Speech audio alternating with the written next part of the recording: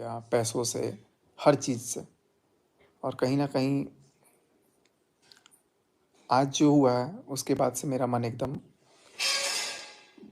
मन तो खट्टा हो ही गया था, लेकिन आज एकदम दुश्मनों के साथ जो सलूक होता है वो वाला चीज़ हुआ है। तो अ, मैं ये समझता हूँ कि मेरा जवाब देना पहले तो बहुत ज़रूरी है। इतनी ज़्यादा नज़रें गड़ा कर के रखी गई थी कि कैसे सचिन, मनीषा अलग हो जाएँ। बहुत सारी चीज़ें हो भी गई थी, अलग होने वाली चीज़ें। मैं अपनी तरफ से चीज़ों को सॉर्ट आउट कर रहा हूँ और बहुत जल्दी सारी चीज़ें सॉर्ट आउट हो भी जाएँगी। क्योंकि कुछ चीज़ें ऐसी हैं जो कि वाक़ई में मतलब नहीं हुआ, लेकिन मार्केट में ऐसा चल रहा है कि भाई क्या है? लेकिन कुछ चीज़ें वाक़ई में ऐसी हैं जो अभी तक छुपी हुई थी। मेरा बर्थडे था परसों। बर्थडे वाले दिन बहुत सारी चीज़ें हैं जो आप लोगों को पता ही नहीं है, और एक तरफ़ा वाली चीज़ें दिख ही गई आप लोगों को कि यार मेरा वाला लाइन दिख गया, लेकिन उसके पहले क्या-क्या लाइन थे, क्या-क्या चीज़ें थी, क्या-क्या बातें थी, ये कोई नहीं देखा और ना किसी का इंटरेस्ट रहा। लेकिन मैंने कभी नहीं सोचा था। आपको मैं बता दूँ कि मैं हैदराबाद भी जो गया था, मैं गया नहीं था, मुझे बुलाया गया था। और उसके बाद मैसूर में मुझे मिलना भी था। मैसूर में मिलने का होटल में प्लान था कि मिलना है, चीज़ें डिस्कस करनी है, जो भी है। और उसके बाद अचानक से वो सारा प्लान कैंसल होता है। आज 11 है शायद, 12 है। यानी कि 11 की डेट में मिलना था, बट मैं वो फ़्लाइट की टिकट कैंसिल किया। सब कुछ है मेरे पास और फिर मैं उसके बाद यहाँ आया। मेरे को इतना ज़्यादा मैनिपुलेट किया गया, पता नहीं। अब मेरा सेंसेस काम नहीं कर रहा था, लेकिन आई थिंक अब मेरा सेंसेस काम कर रहा है। मैं एकदम, मेरा दिमाग चल ही नहीं रहा था कि क्या हो रहा है, नहीं हो रहा है। तो मैं सोच रहा हूँ कि आप लोगों को पहले तो मैं शुरू से हर एक चीज़ साफ-साफ बताऊँ, लेकिन कहानी इतनी लंबी है कि वो एक दिन में ख़त्म नहीं होगा। जैसे-जैसे जो भी चीज़ें होंगी, मैं वैसे-वैसे आप लोगों के सामने रखूँगा। आज मेरे पास थाने से फ़ोन करवाया गया है।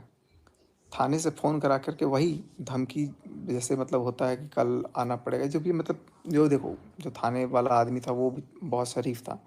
वो ठीक से बात किया और वो समझा मेरी चीज़ों को और मेरे को बताया भी, सारी बातें भी मैंने उसको, कुछ थोड़ी बहुत बातें बताई।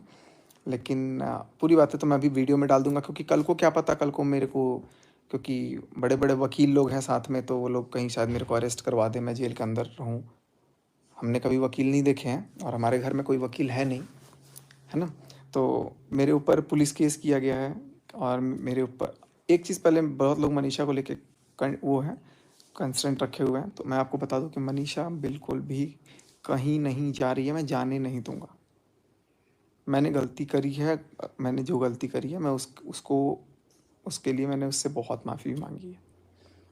सारा कुछ होगा और सब टाइम लग, थोड़ा बहुत वक्त है, चलो थोड़े बहुत में ठीक ठीक कर लूँगा मैं, और बहुत बेहतरीन तरीके से ठीक करूँगा।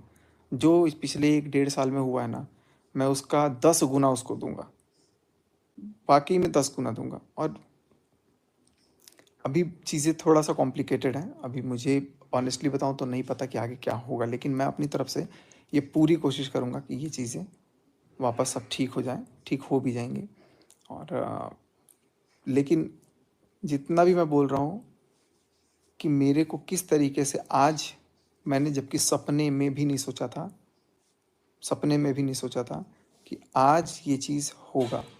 आज उस इंसान ने फिर से धोखा दिया, और धोखा क्या किया, मैं सपने में नहीं सोच सकता हूँ कि वो इंसान जा कर के मेरे नाम का कंप्लेंट करेगी। मुझे एकदम, एक तो चोरी, मैंने जैसे गलती करी, मैं आपसे माफ़ी मांग रहा हूँ, अपने दर्शकों से मांग रहा हूँ, अपने सारे रिएक्शन चैनल वालों से, अपने सारे यूट्यूबरों से मांग रहा हूँ। मैं फ़ोन भी नहीं उठाया, मैं मनीषा से मांग रहा हूँ, अपने घर वालों सबसे मांग रहा हूँ मैं माफ़ी, और सोशल मीडिया पे आके मांग रहा हूँ। मैं गलती है, ठीक है, मैं मान रहा हूँ, तो मैं माफ़ी मांग रहा हूँ। मुझे अब बहुत लोग माफ़ करेंगे, बहुत लोग कहेंगे कि माफ़ी के लायक भी नहीं है। शायद इसीलिए मैं मनीषा के साथ भी नहीं रह रहा था, क्योंकि मेरे दिमाग में ये था कि यार मैंने इतना सब कुछ किया, मैं मनीषा के साथ कैसे रहूँगा, क्योंकि 1 डेढ़ साल से हमारे बीच में बहुत दूरियाँ थी। तो अब मैं नहीं चाहता कि उसकी लाइफ आगे ख़राब हो, उसको चीज़ों का वो लगे कि नहीं ये इसने तो बहुत गलत किया, ऐसे कैसे अब ये हो सकता है, ऐसे कैसे चीज़ें ठीक कर सकता है, या जो भी है। लेकिन आज मैं दिल से फिर से एक बार उससे माफ़ी मांगा हूँ और मैं उसको मना लूँगा। मुझे पता है वो मान भी जाएगी, नहीं भी मानेगी तो उसको मैं खींच के ले आऊँगा, और नहीं अगर हो पाया तो कोई बात नहीं, मैं अपनी किस्मत समझ करके अपने क्या कर सकता हूँ। बट कोशिश पूरी रहेगी कि सब ठीक हो, और जहाँ पे सब बड़े हैं सारी चीज़ें ठीक होंगी। अंशु, अंशु, अंशु, दरवाजा बंद करो तो मेरा, मिक्सी चल रहा है, ये डोर बंद कर दो, ऊपर इतना तेज चल रहा है कि डिस्टर्ब हो रहा है। तो ये सारी चीज़ें हैं जो कि कहीं ना कहीं मुझे आज बताना था। आज मैं आप लोगों से मैं बात शेयर कर दे रहा हूँ, क्योंकि मेरे साथ जो हुआ है वो भगवान ना करे किसी के साथ हो। मेरे साथ हुआ भी क्यों है, क्योंकि मेरे पास एक बहुत गंदा आदत है, किसी का हेल्प करना। किसी का हेल्प करना मेरे सिर पे इतना ज़्यादा गंदा चढ़ गया कि मैं आप लोगों को क्या बताऊं। और अब मैं बोलूँगा तो लोगों को लगेगा कि यार मैं पर्सनल बातें बोल रहा हूँ, क्योंकि अब पर्सनल कुछ रह ही नहीं गया। इतना ज़्यादा मतलब जा कर के सोशल मीडिया पर जा कर के चीज़ों को लाया गया, और मैं कभी नहीं सोचा था कि मैं इस तरीके से कभी रिटेलिएट करूँगा। लेकिन मेरी आंखें खोलने वाला एक बंदा, मैं जिस दिन पहली बार लाइव आया था ना, उस दिन मैं बहुत गलत कदम उठाने जा रहा था। मुझे संभालने वाला, मुझे सब कुछ समझाने वाला, मुझे दिखाने वाला एक बंदा था। एक बंदा था, मैं उसका नाम लूँ कि नहीं लूँ, लेकिन ले लेता हूँ, मैं ले ही लेता हूँ। क्योंकि वो बंदा इतना ज़्यादा अच्छा है और उसके साथ भी इतना गलत हो रहा था कि भाई भगवान जाने। पहले लाइव आने से पहले ना मैंने सोचा कि यार अपनी जो बातें हैं मैं वो सारी, मैं लेकिन आपको कैसे दिखाऊंगा, वो सारा चीज़ मेरे इसी फ़ोन में है। मैंने फ़ोन किया, और मैं ऐसा नहीं है कि मैंने उसी को फ़ोन किया, मैंने उसके पहले सबको फ़ोन किया उसके घर में कि यार मेरे को कुछ बात करनी है, मेरा दिमाग ख़राब हो रहा है वगैरह वगैरह जो भी, क्योंकि मेरा दिमाग तो बहुत पहले ही ख़राब किया जा चुका है। तो मैंने फ़ोन किया कि आप सुनो, मेरी बात, कोई मन की बात तो सुन ले एटलीस्ट। क्योंकि सामने वाली मैडम जो है वो तो सीधे ब्लॉक मारती हैं या फिर वो करती हैं और तुरंत धोखा देने का काम शुरू हो जाता है। तो मैं टोटल चीज़ आपको शेयर करूँगा।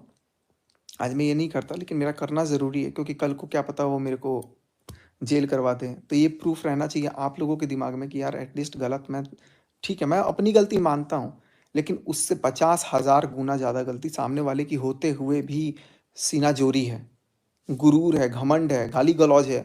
आपको यकीन नहीं होगा इतने गंदे गंदे गाली गलौज चलते हैं। मैंने भी दिए बाद में, लेकिन मैं चीज़ों को आपको दिखाऊंगा ना, आपको बताऊंगा, तो यार आप कहोगे कि क्या हो रहा है ये। तो मैं 100 नहीं, मैं 500% मैं मानता हूँ कि मैं गलत हूँ। गलत हूँ नहीं, गलत था। और मैं इतना गंदा गलत था, मैं बहक गया। कैसे बहक गया? बेचारापन देख के। इतना गंदा सिंपैथी खेला गया, इतना गंदा, मेरे पास तो कुछ ही नहीं है, ये नहीं है, वो नहीं है।